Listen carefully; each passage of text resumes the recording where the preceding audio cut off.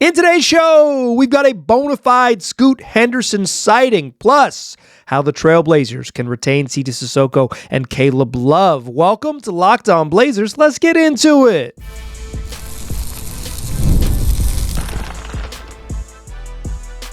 You are Locked On Trailblazers, your daily Portland Trailblazers podcast, part of the Locked On Podcast Network. Your team every day. What's up, world? It's your past first point guard and Trailblazers reporter, Mike Richmond. You are listening to another episode of Locked On Blazers, part of the Locked On Podcast Network, available wherever you get podcasts and also on YouTube. Thanks for making this show your first listen, coming at you each and every weekday, Monday through Friday. So make it a part of your daily routine. Make it your first listen. Tell your friends to do the same. Locked On Blazers, your team every day. In today's show, we got a bona fide Scoot Henderson sighting. He's running around at practice for all the eyes to see. We'll talk about Scoot as he appears to be getting closer. Plus, a prevalent question that keeps bouncing into my inbox nonstop. How do the Blazers keep Sidy Cissoko and Caleb Love, two guys who have turned out to be invaluable contributors to a shorthanded roster on the rise? Well, the clock's ticking on their number of games they're even allowed to play. What are the next steps and how do the Blazers retain those guys? We'll talk about that to close the show. Plus, a Jimmy Butler injury that's going to impact the Blazers in more ways than one. Let's get into all of it. Let's start with Scoot Henderson. This update comes courtesy of the media members who were at the practice facility. I'll link to the practice report from Joe Freeman of the Oregonian. He wrote about it, and I'll give credit where it's due. Full disclosure, was not at practice. That is in my current role, not something I am capable of doing. But I appreciate being on the beat, doing it every day, writing every day is something that allows me to do the show. So thanks, Joe. I appreciate it. Freeman reports that Scoot Henderson, when the assembled media was led into the practice facility, how it works is like you kind of wait in this, I was going to say holding cell. That's not the right word. Like you wait in the media room, and then they open the doors and bring you down to the practice floor. So you're not actually watching practice, right? You're not like in there watching them play. You're watching the post practice whatever happens to be going down. Guys getting shots up. Maybe the occasional 3-on-3, but mostly like free throws and some workout, side work stuff, post practice work. So when the assembled media was led into the gym on Tuesday, what they saw was Scoot Henderson running full court sprints. That's new. Scoot has really not, to my knowledge, had done for the most part up through like the beginning of January. Just hadn't done very much. Still pretty limited in what he was able to do. Back in sort of mid-December, he was still limited to stationary shooting and like spot shooting. And not like no explosive movements. That's according to what Scoot Henderson told Jason Quick of The Athletic back in mid-December. Now we're in the 3 weeks into January, 3 weeks into the new year, and Scoot seems to be running around. This is good news. When asked at practice, Tiago Splitter said, and I quote, "He is progressing. He's getting better. I understand everybody's a little bit frustrated about this, but it's a tough injury. It's one where people tend to have a second injury, so we've got to be careful with him. He's a big part of our franchise. We've got to protect him, and I think we're doing the right thing, and he's feeling better day by day." I wasn't in the building to ask these questions, so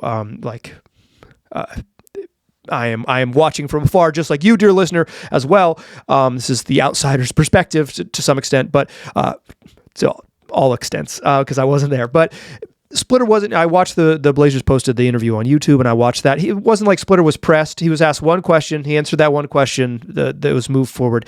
I do think it is a juxtaposition of sometimes what other coaches are willing to divulge. It really struck me that I watched an interview with Jordan Ott, who's head coach of the Phoenix Suns. This was back on January 4th, and he was asked kind of for an update on Jalen Green. Now, Jalen Green missed the beginning of the year with a hamstring injury, came back and played 2 games, got hurt in early November, and then has been out since then. He's actually going to make his debut this evening. You're listening to Tuesday's show.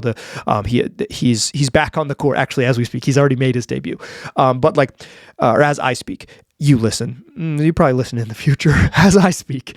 But back on January 4th, a couple weeks ago, Jordan Ott was kind of asked about it, and he gave a long-winded answer, which said, like, you know, and I'll read it to you here, like, just sort of as a juxtaposition. There's measures to reach. There's numbers. This is Jordan Ott when asked about an update on Jalen Green. There's measures to reach. There's numbers that we can see based on strength and sprint speed. Is he there yet? Is he fully healthy? Knowing that when you get out in a competitive environment and you see the gap and you try to drive that gap, that's a unique environment that he's going to be put in he's going to go. But with soft tissue injuries, we want to be as careful as we can. He's going to have multiple days where we're going to try to stretch it in our practice gym, but he's a valuable piece to us. He has a whole long career ahead of him. Every step of the way, there's been a measure to try to reach, and he's done it. But yeah, we absolutely want him to be out there and healthy. So then another question, like, will you be extra cautious with it?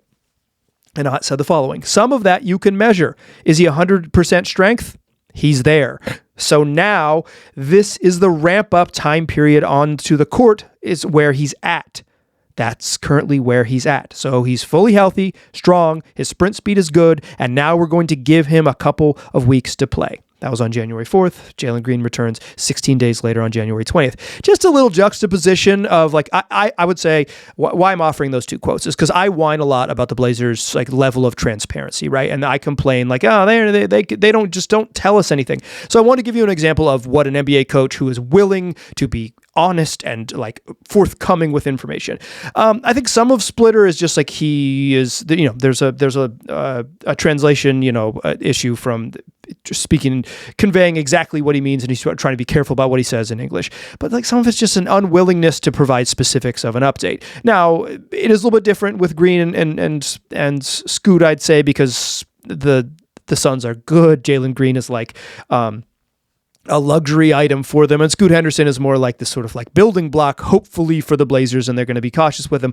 But I do think that like he's 100% strong, but we're going to test him in practice to see where he's at, and we're going to give him 2 weeks to play, even though we think he's fully there in terms of strength and sprint speed. Is very different from we're doing the right thing. He's feeling better day by day. Just a little. I just wanted to offer that little bit of juxtaposition for you. But that said, Scoot just running, and the fact that he's running in front of media members, because like I would assume Scoot's done a little bit of shooting stuff at the facility, but they're just not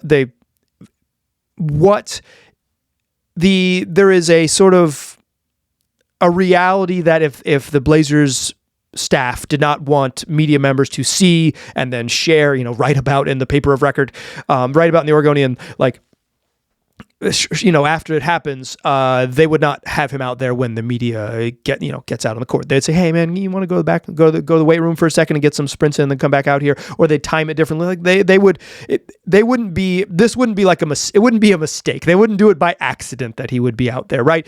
This is like a clear sign he's ramping up. I will say that, like, I don't like doing this, but like reading the sort of social media tea leaves, Scoot's trainer shared a workout video of him and Scoot working out, kind of like one on none, but like Scoot actually getting like real sort of basketball workout stuff going. And while I refuse to read into the like he looked good in the workout video stuff, like some of y'all really get into that, that's for you. If you would like to do that, I encourage you to do. I will not be doing that. But like I would say the fact that the comfort in which people are sharing Scoot's progress in public spaces suggests very good news. Timing wise, like, I don't know. I would guess after the All-Star break, right? Like that would be my guess. The All-Star break is coming in mid-February. It could certainly be before that, but I just think like sort of the level of caution that they're going to use, I would like, that's a total guess, but I would say we for the first time, it feels like we are legitimately closer with Scoot than we've been, as opposed to just like waiting and seeing if he would miss time. I'm not knocking. Well, I complain about sort of maybe the level of information the Blazers are comfortable sharing.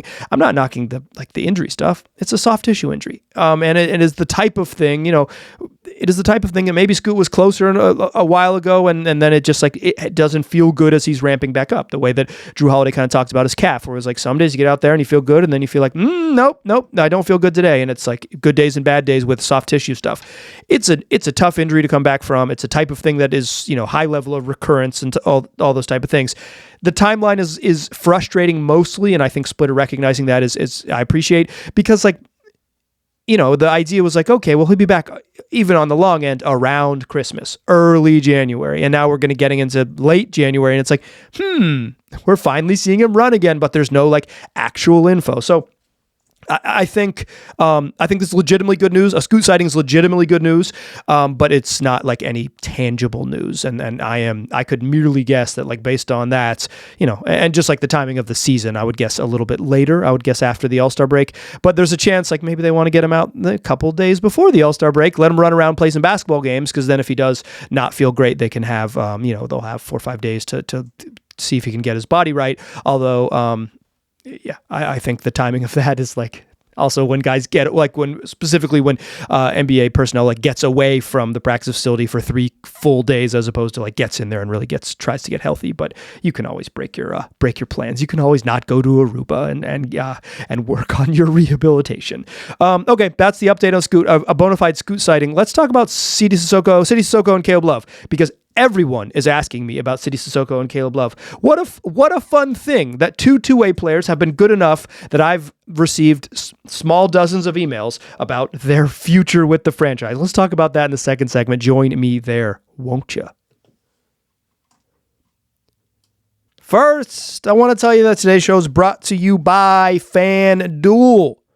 Fridays already feel different. Basketball season already feels excellent, and FanDuel is making both those things even better. Every Friday night, right before the games tip off, FanDuel gives fans a new way to kick off the weekend with NBA Happy Hour. It's the official pregame, a limited time window where special offers drop right inside the FanDuel app before the action starts. So Fridays from 6 to 7:30 Eastern, that's 3 to 4:30 Pacific time, you can open that FanDuel app during Happy Hour and you're going to find something new, boosts, bonuses, and surprises. You can check the weekly specials right before tip-off of the evening's games, and then you can make your move before the window closes. The timing is perfect, right before the games and right before the weekend starts. So before tip-off, check the FanDuel app and see what's dropping during NBA Happy Hour every Friday from 3 to 4:30 Pacific time. A little basketball, a little action, and a whole lot of Friday energy. That's NBA Happy Hour only on FanDuel, the official sports book partner of the NBA.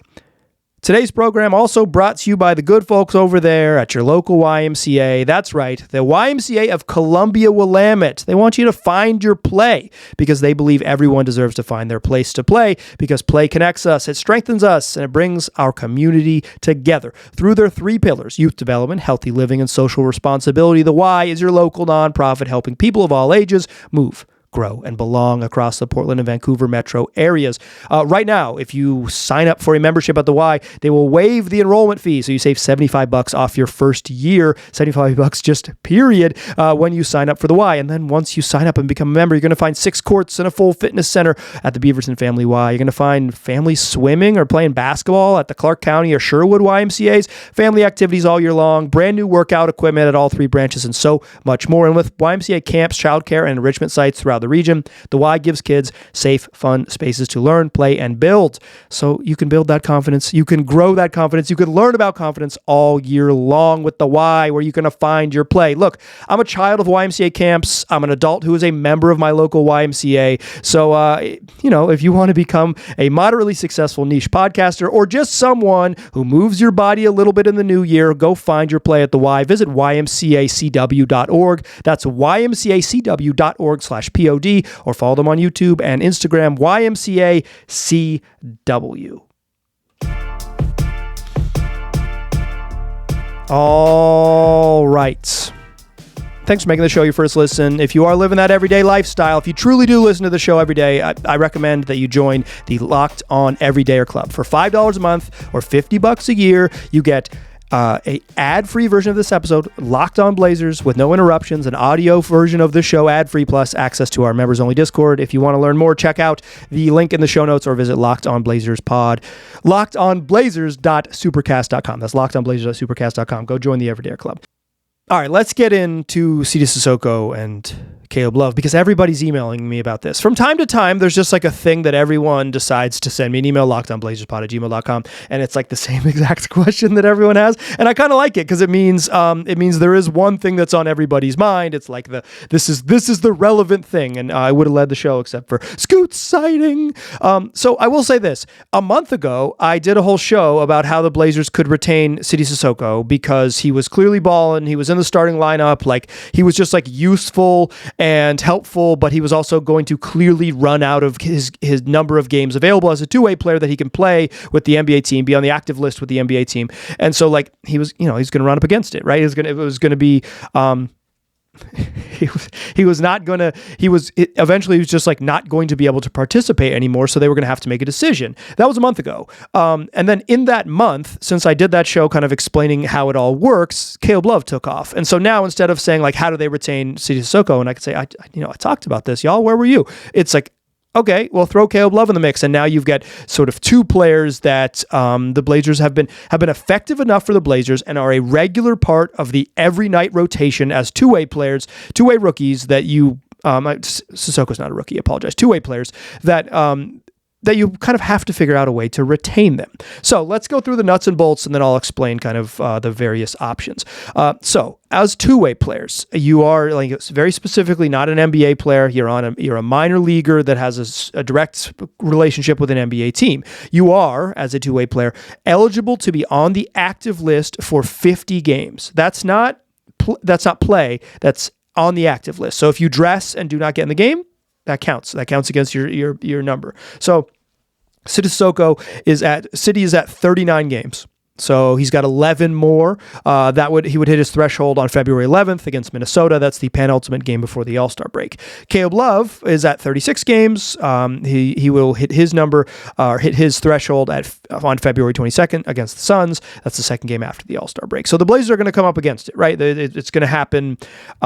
It's going to happen here in the next 2-ish weeks. And I think it's undeniable that you would want to retain these gentlemen. Here's the thing to know, though. They don't just disappear. When they hit the 50-game mark, they don't just... these contracts don't evaporate. They don't become free agents. It's not like you just like use up all of your availability and then like they hit free agency and you lose them. That's not how it works.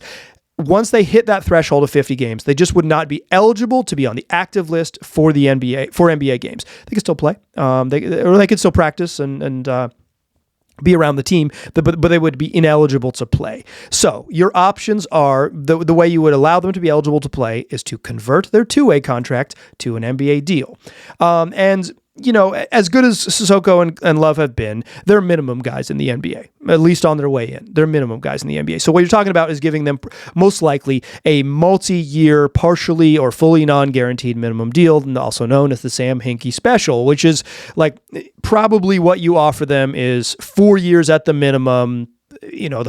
Every year is non-guaranteed, has a trigger date at some point in the season. Maybe you give them some partially guaranteed money because they've been good enough. Say you give them a fully guaranteed year for next year, and then beyond that, it's not guaranteed. That you can iron that out. But like you don't need to like break into some sort of like major money. They're just not that type of players yet. Love has been for a month has basically been giving like lottery level offensive production, which is kind of stunning, but he like that also undeniable. One podcaster is going to have to eat so much crow, he might be in danger of getting crow poisoning. If you are a doctor familiar with treating crow poisoning, please email me. But Cissoko, not the offensive level of player that Love is, but certainly like a productive defensive player and like just like a nice little role player, is so competitive, plays so hard. Thiago Splitter explained that he had the skill of playing hard. Like Cissoko is on his way to both of you want to retain both those guys. So how do you do it? Well, the Blazers roster is full. They're at 15 players. They don't have a way. They can't just add those players. Not only would they cross some sort of financial thresholds, but they'd also they literally do not have a roster spot available. So there are a couple options to them. One, they can wait. The All-Star or the trade deadline is before either of these gentlemen. The trade deadline is February 5th, before either of these gentlemen are going to hit their 50-game threshold. So if the Blazers do pull off some sort of imbalanced trade to create a roster spot, you can easily convert one of those players. Simple enough. I don't know if I would bank on that necessarily happening, but I think that is probably both the most palatable path and the least likely path, just because other teams are also up against it financially, and like, are they going to take on two players? We shall see. But like, certainly that is an option. That is a reasonable potential option. So the Blazers make some sort of unbalanced trade. Two go out, one comes in, three go out, two go in, to create an open roster spot, right?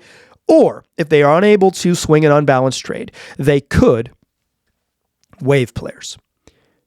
And they would be waiving guys on the minimum. I think the most obvious candidates to be waived are Ryan Rupert, Duop Reith, and Blake Wesley.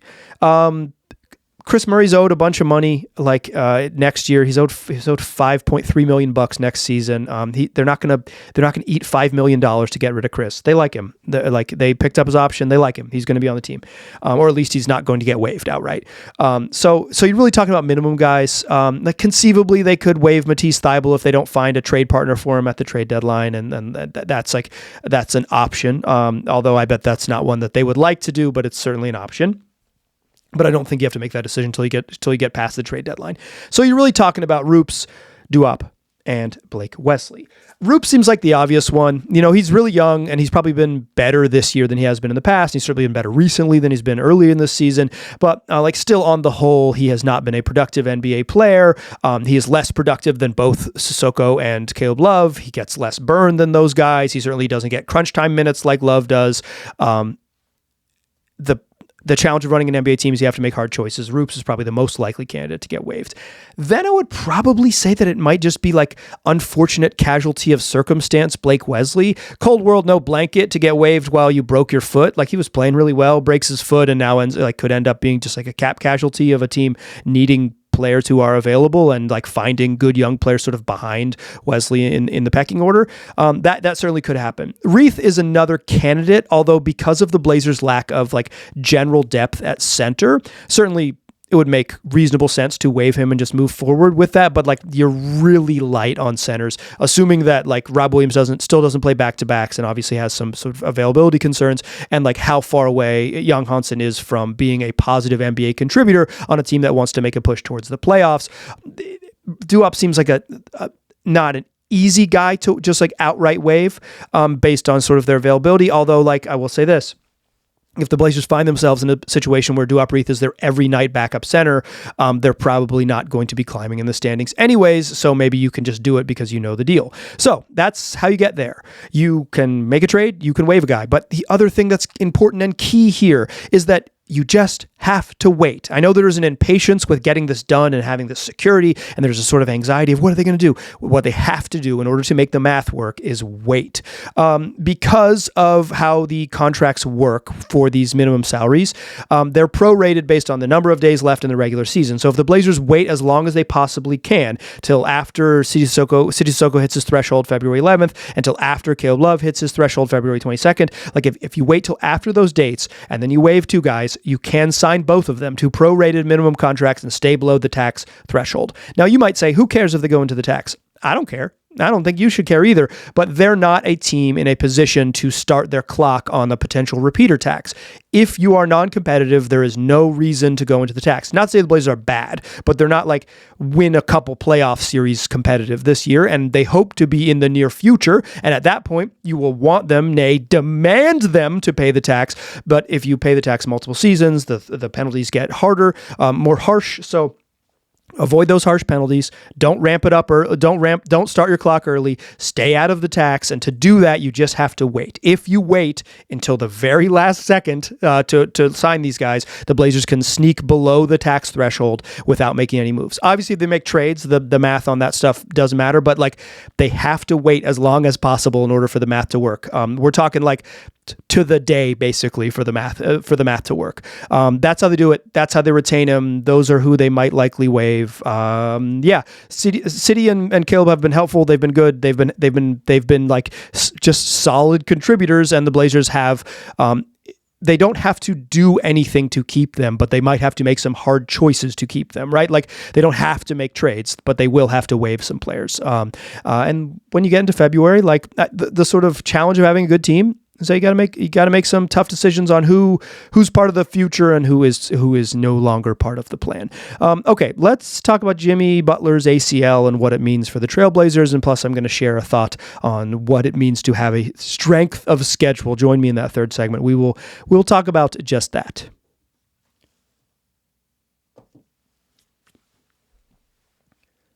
First, though, I want to tell you about Quo. It's new year, new systems, and this is the time when many of you might look at the messier parts of how you run your business and think there has to be a better way, and there is. Streamlining your communications is one of the quickest upgrades you can make. That's why today's episode is brought to you by Quo, spelled Q-U-O, the smarter way to run your business communications, because when your team is reachable, organized, and communicating in one place, you're not just working cleaner, you're creating more opportunities to connect with customers.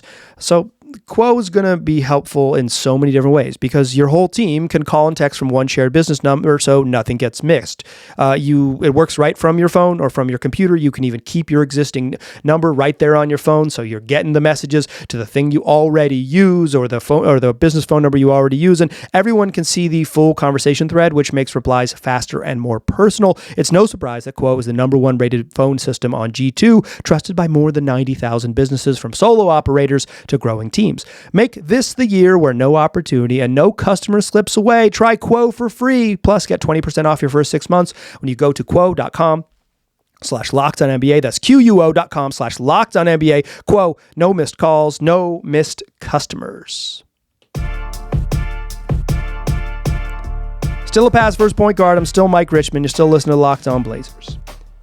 Yesterday evening, while I was recording a show saying that, the Blazers have been linked a little bit to Jonathan Kuminga, and while I wouldn't necessarily make that trade because I don't think he's that useful for the Trailblazers, there's at least enough vague smoke about the Blazers' interest in Jonathan Kuminga that they have to trade for him, and quite frankly, I think it's a stone-cold lock that Jonathan Kuminga will get traded. And I think during that sentence, Jimmy Butler fell down and tore his ACL, which stinks. It stinks because, Butler is, he's a bit mercurial and he's kind of like, quite frankly, an annoying personality from my perspective.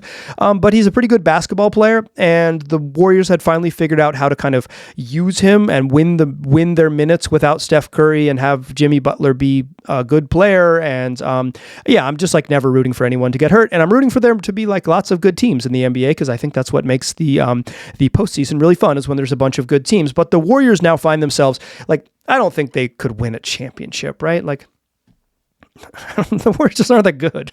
But they could be pesky enough in a first round series to have some sort of noble end to their season, right? Some sort of like something to be proud of with, like taking the Wolves to 7 games or something like that in the first round of the playoffs.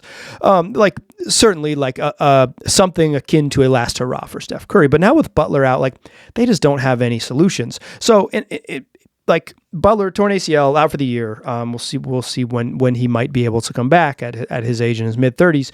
But I think this impacts the Blazers in two ways. One, I think this does make it less likely that the Warriors trade Jonathan Kuminga on the whole, although I don't think it really should impact their plans too much if they get a good deal for Kuminga. Like, just go for it. Just end the relationship. It's time. There's a chance they wait, that they sort of reintegrate Kuminga into the mix after something like 14 consecutive DNPs. I'm recording this just before the Warriors game tips off, so I assume JK will play tonight, and I don't know, kumbaya or something.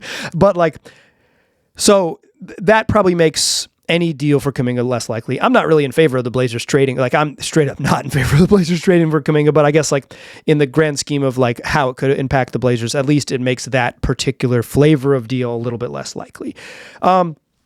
The other thing that it impacts is like the Warriors are just worse. They're worse. They'd finally sort of started to win the non-Steph, non-Draymond minutes. They'd won 7 of the last 10, including 4 in a row. And after kind of like being pretty mediocre for a good stretch of the season, had kind of at least started to look like a real basketball team, particularly at Chase Center, where they were 17-6. They're not a very good road team, but they'd figured enough out to be decent enough.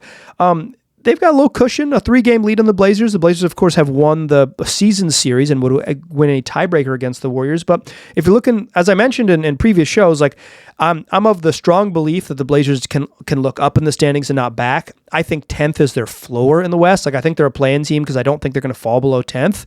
But like they can look at teams above them. And when the Warriors, like part of this is like luck, and the Warriors have had some bad luck. And so the Blazers don't have to apologize for bad luck. They've had their injury struggles of their own. Hang around long enough to benefit from good luck. That is the math of sports. And the Blazers seem to be hanging around while a team in front of them that always seemed a little bit frail because of like lack of like true high-end depth and depended on a bunch of good players in their mid-30s. A really bummer injury to Jimmy Butler. And the Blazers have like the window is there for them to catch a Warriors team that I just think is going to be a lot worse without Jimmy Butler. Apologies to Pods or whatever and like DeAnthony Melton, but I just don't think those dudes have it the way Jimmy has it. He's such an interesting connective piece and they don't have a way to duplicate that. So I think they're in trouble. The other thing, as I mentioned, and I'm going to do this quickly to close the show, is the other sort of thing I've been getting a lot of emails about, and I'm thinking about this in relation to the Warriors, in relation to the Lakers game on Saturday as well, is like, I think the Blazers can climb in the standings. I think they've got an opportunity to. I think this Warriors injury, injury to Jimmy opens the door for them to climb up and potentially pass the Warriors, or at least, tie them and get the tiebreaker, right? Like simple enough. So like the path is there for them. But a lot of people have been sending me this like, the Blazers have the easiest remaining schedule in the NBA. They're on it. And while I do agree that they do play a bunch of teams that have very little incentive to win to close the season, I just straight up do not believe in the meaningful difference in measuring strength of schedule simply by opponents' win percentage. And so like, I think the Blazers are there, and the example I'm going to point to doesn't even suggest that the Blazers have a harder schedule. It just suggests that the sort of relative difference in just using win percentage as a way to judge strength of schedule is bogus. It means nothing to me. The Lakers on Saturday night came in, and on the strength of schedule meter, that game probably showed up in the red. This is pretty hard. They're pretty good. This is a team, the playoff team in the West. And guess who they had available? It's freaking Drew Timme and Maxi Kleber. 41-year-old LeBron James and a bunch of fringy NBA guys.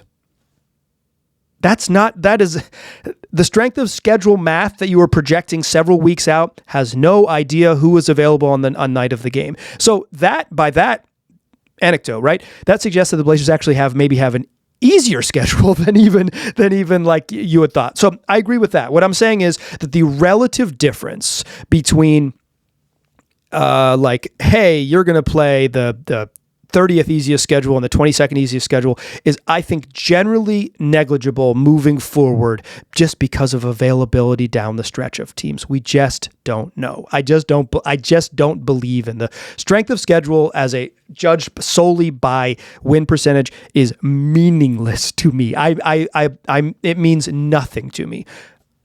That said, I do agree. The Blazers seem to have a pretty easy schedule. They got a little injury luck in front of them. They're in a good spot. I think both things can be true at the same time, that I don't really believe in the relative difference of strength of schedule for teams. And factually, the Blazers play a bunch of teams with bad records and a bunch of teams that are legitimately down the stretch have no incentive to win. The Pacers in March, boy, that's a gift.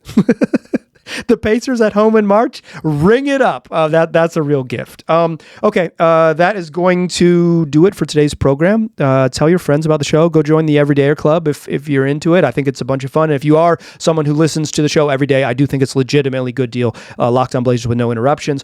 Come back for tomorrow's show. I appreciate you listening. Tell your friends about the podcast. I appreciate you listening. I will talk to you soon.